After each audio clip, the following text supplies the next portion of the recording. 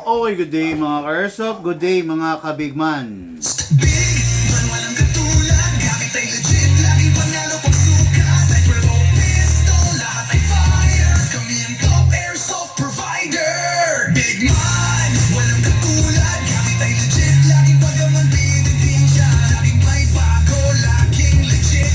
Big man rules, wag kang bitter kid. Big man, walang katulad. Gamit ay legit, laging panalo pag suka. Sniper o pistol, lahat ay fire. Kami ang top airsoft provider.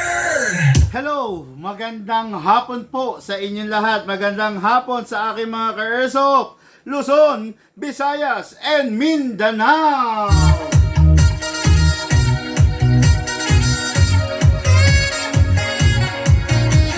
Okay ngayon mga ka-airsoft, daily review and unbox ng unit ng ating bossing.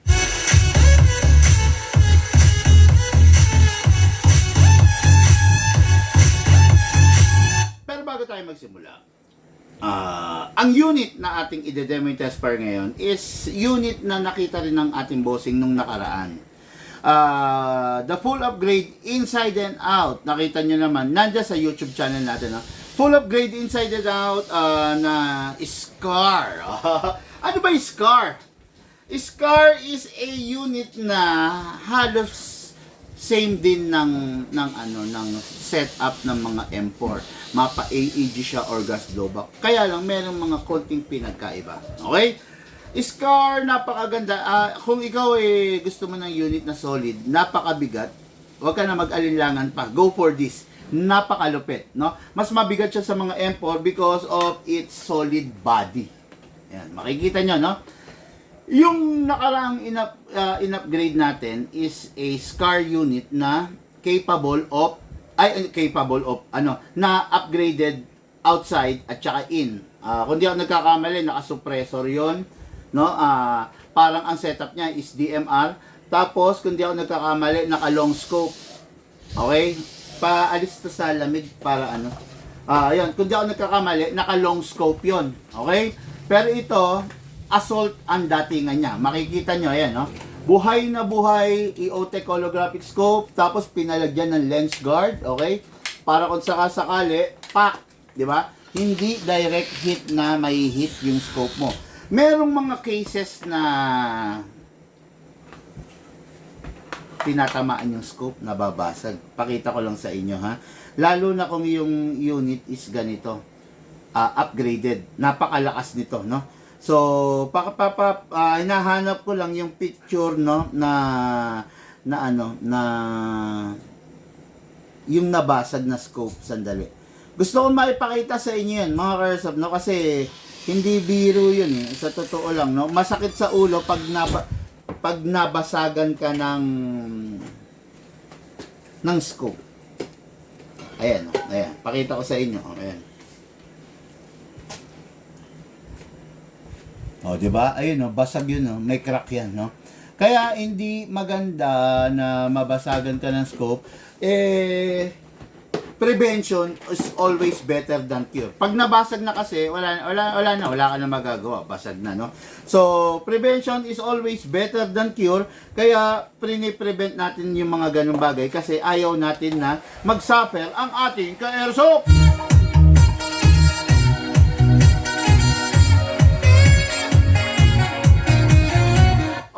Itong mga unit na to is ina-upgrade natin. Yung nakaraan nag 600 FPS kasi DMR setup yon. Medyo mahaba talaga. Ito hindi ko lang sure kung ilan na magiging FPS nito, pero yun nga, upgraded bolt. Okay, itong bolt na to is level up bolt kung tawagin natin. Reinforced bolt na level up na mataas ng FPS. Plus ito, naka big bore nozzle siya.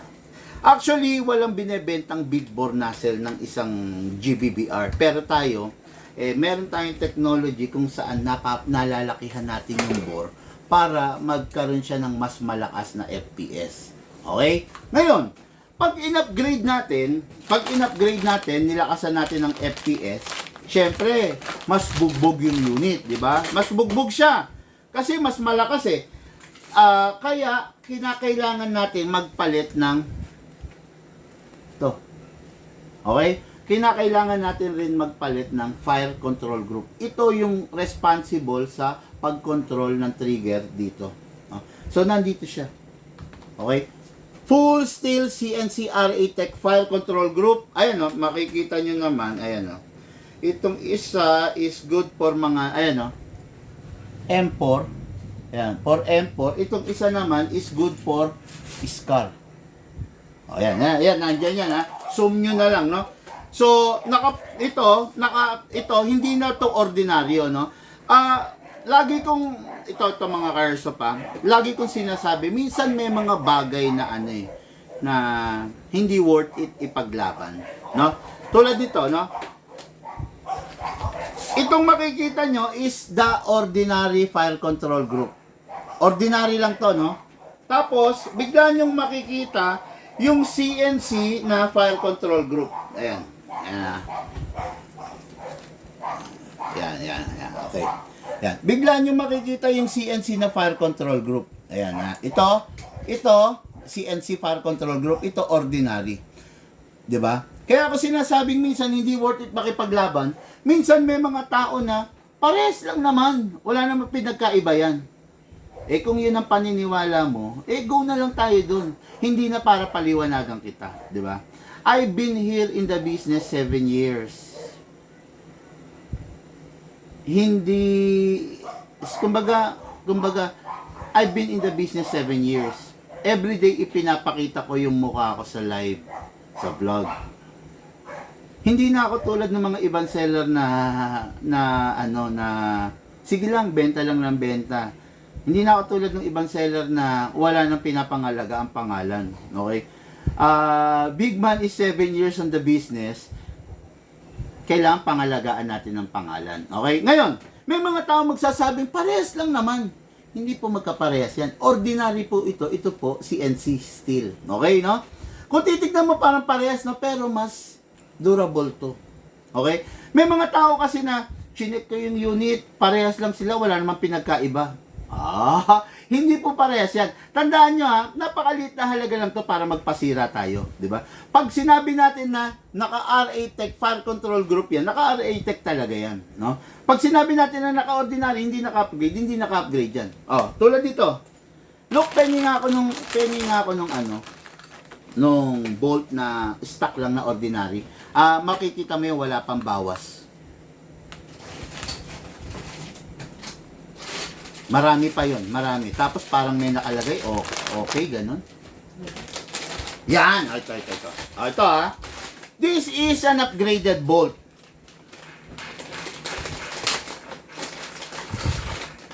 This is an ordinary bolt. Sige, papakita natin. Okay. Upgraded bolt, ordinary bolt. Mukhang parehas, di ba? Mukhang parehas. Mukhang parehas. Ano pinagkaiba niyan? Sasabihin ng iba, parehas lang naman. Hindi parehas yan. Nagkakatalo yan sa performance. Okay? Itong isa, naka-level up, naka-reinforce, while ito, hindi. Itong isa, naka-big bore nozzle, while ito, hindi. So, kung hindi ka rin lang naman pamilyar doon, hindi mo madidistinguish yan. Kung ordinaryong tao ka lang rin naman at hindi ka gunsmith, hindi mo mapapansin yan. Ang makikita mo magkaparehas, pero deep inside hindi sila magkaparehas. Mas malakas, mas durable to kasi naka-reinforce than this. Yan ha. Okay, magkamali ako. Yan, okay. Yun ang pinagkaiba niyan. Ngayon, ito, katulad nito. Itong unit na to is naka-upgraded bolt, naka-level up bolt. Hindi pwedeng gagamit tayo ng ordinary. Ito yung ordinary na galing sa kanya. Ngayon, ito yung upgraded. Ito yung steel CNC na RA Tech. Yun ang nakakabit ngayon dito. Ito yung ordinary. Okay? Bakit? Bakit kailangan mong i-upgrade? Kasi hindi pwedeng papalakasin natin ang FPS tapos naka-ordinary lang siya. Kailangan upgraded din. Bakit? Kasi mabilis mauubos to, mapupudpud to, mauubos agad. Okay? Ito, naka-design to para dun sa malakas na FPS. Kaya ngayon, tignan natin kung ilan ang FPS nito. Okay, pakitabi na to, baka maganda halo-halo. This is the all stock bolt. And this is the upgraded bolt. Okay? Ayan. Ano naman kumbaga, sa unang tingin pa lang, ako mismo, alam ko na kung ano yung stock and upgraded, no? So, itong unit na to is the upgraded. Tingnan natin kung ilang FPS niya. This is the Scar MK18. Napakalupit, napakaganda. Okay, this unit, talagang solid. Makikita nyo itong unit na to, na-extend pa rin. Okay, pwede mo ring wag i-extend. Compact. Okay, itong unit na to is, paano, tama ba ako? Dali. Okay, yan. Naangat itong chickrest. Tama ba? Ayan. Naangat. Konti lang. Ayan, no? Okay. Yan. Chickrest yan, eh. Okay? Kung gusto mo hindi nakaangat, baba mo lang. Ito is nabebend. Okay. Yan. Yan, ha? Yan. Nabebend. Pwede rin, kung gusto mong hindi. Okay, na? Actually, yung ibang unit, nagse-serve to as the compartment, pero ito yata parang hindi. O nga, hindi. Iba to, iba yung mga unit na yun, no? Na parang nagsisilbi tong compartment. Hindi iba to, iba. Pero sa ibang unit, compartment to. Okay? Pero dito hindi. Oh, so, iyon yung unit. Napakabigat nito, hindi ko masasuggest to sa mga seniors. Okay? This is a gas blowback rifle, hindi siya the battery. Gas powered rifle. Okay, number 1. Kasa natin syempre. Yung mga rifle, hindi naman kinakasa na, 'di ba? Yung mga AAG. Pero ito dahil nga gas blowback to, kinakasa to dito. Okay, ayan. Number 1, kailangan natin i-silicone oil. Compare sa mga M4 version, ito hindi na kailangan buksan. Pero yung M4 version kailangan eh. Ito, kailangan to ibaba mo to. Yan. Pagkabukas mo nito, matatanaw mo yung nozzle. Sprayan mo na. Patuluan mo na. Okay? Yan. Kasi, bakit? Yung kasing M4, dito kinakasa. So, yung roller, hindi mo matanaw-tanaw. Pero ito, tanaw mo kagad dito eh. Okay? Kaya ito, compare mo dun sa mga M4 A1 CQB, ito, dito ina-access. Pwede. Pero yon hindi mo pwedeng dito i-access. Okay? Kailangan buksan mo para ma-sprayan mo yung roller. Pero ito hindi na. Okay? So, yan. May silicone oil na. Siyempre, kunin natin yung magazine. Okay? Yung magazine niya, ito, is a 30 rounds na magazine. Okay? Magazine 30 rounds to. Ngayon, siyempre, kunin natin silicone oil, press the valve, then spray. Okay, then dito rin sa ilalim, spray. Okay. Itong unit na to is naka-fine tuning, naka-trigger job, naka-level up bolt, naka-level up bolt at saka naka-full steel CNC fire control group. Hindi po to ordinary. Tandaan nyo, pag ordinary lang, hindi ganitong kalakas na FPS. Okay? Ngayon, lagyan natin ng green gas. Siyempre, 14 kg. Upside down, then press down. 1, 2, 3. 3 seconds lang, okay na yon. Kasi hindi naman tayo magbababad na magpa-firing, eh, no? Tapos, asan ang reloader? May reloading stick na tinatawag pagdating sa mga gas blowback rifle. Okay? So, pasok niya lang dito. Ayan. 15. Okay? Ngayon, tusok niya rito, ganyan. Yeah, okay? Then, to. Pusher. Hindi pusher, ha? Pusher. Ayan. O, yun. Yung nandito lahat is na lagay na. Okay? Lagyan pa natin. Okay, tapos, lagyan natin ng 0.30 kasi to. Ayan, 0.30. Okay? Ngayon, lagyan natin ng 0.20 kasi magkokrono tayo. Ganun pa rin, tusok. Hindi pumasok yung iba, sayang. Balik natin. Okay. Ayan, ha. So, ito na. Okay? Nandito na. Ngayon, pasok natin sa unit. Siyempre, ito yung mga mala-action star. Kakasa. Ready to fire. Okay, na. Gas blowback rifle to, mga ka-airsoft, no? So, unit natin ka-airsoft pala. Hindi ko na shoutout. Olan Arnedo of Makasandig, Cagayan de Oro. Uy, wala.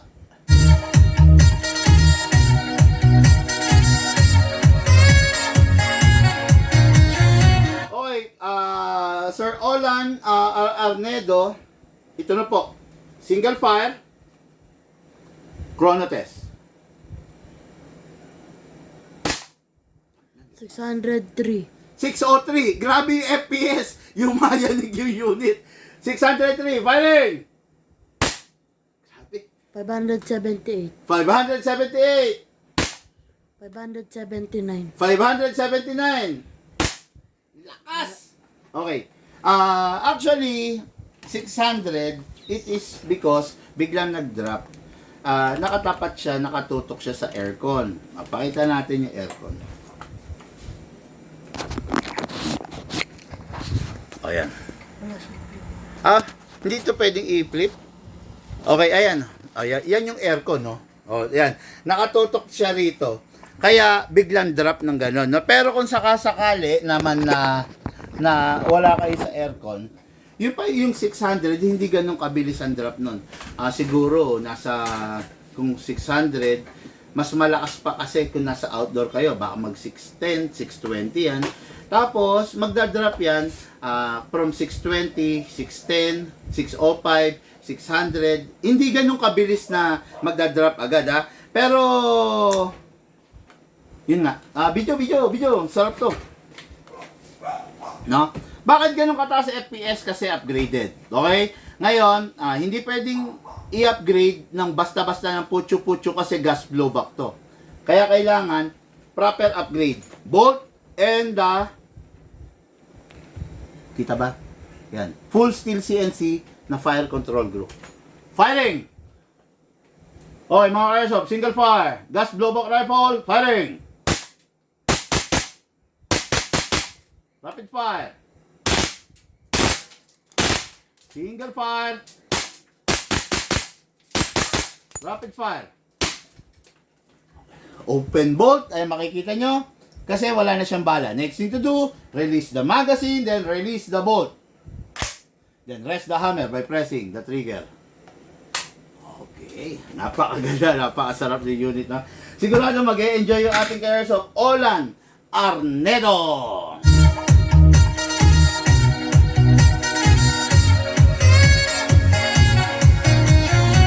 Okay, ngayon yung mga magtatanong kung gusto mo tong ganitong unit at ganito kalakas, ganito ka-upgrade, meron pa po tayong available. Kaya lang ilang piraso na lang rin, no?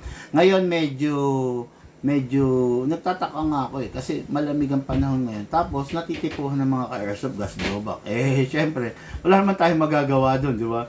Kung yun talaga ang order nila, kung yun ang gusto nila, napakalupit itong unit na to, no? Dito ako nagsimula sa SCAR. Talagang kasi ang hinahanap ko ng solid no. Itong unit na to, hindi siya ganun kahaba. CQB siya, pero just in case na gusto mong i-set up, mas gwapo to kaysa dun sa SCAR H na tinatawag. Look pa, so yung SCAR H. Mas gwapo to mga airsoft, no, kaysa dun sa SCAR H, kasi wala siyang leeg. Ito, walang leeg to. Kung gusto mo i-suppressor to, diretso na, maganda. Ito kasi SCAR H na tinatawag. Kunin mo yan, ha. Tingnan mo. Ito naman yung SCAR H. Makikita nyo, iba na yung buttstock niya, parang M4. And at the same time, may leeg siya.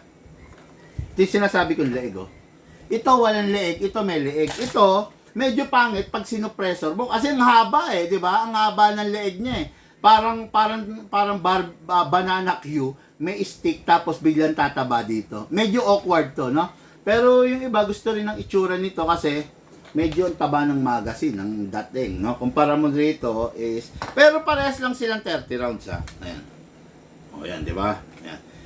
Gusto nung iba to, kaya lang, yun nga lang, kung ise-set up mo, dapat to, ganito na ang itsura nito, no? Pag sinet up mo to, medyo awkward ang dating. Para lang sa akin, ano ko yun, opinion ko yun, no? No matter what, parehas SCAR yan, bahala ka kung ano magustuhan mo, kung ano matipuhan mo. Okay? Mga airsoft, unit po ito ng ating airsoft, Olan Arnedo. Hello, bossing!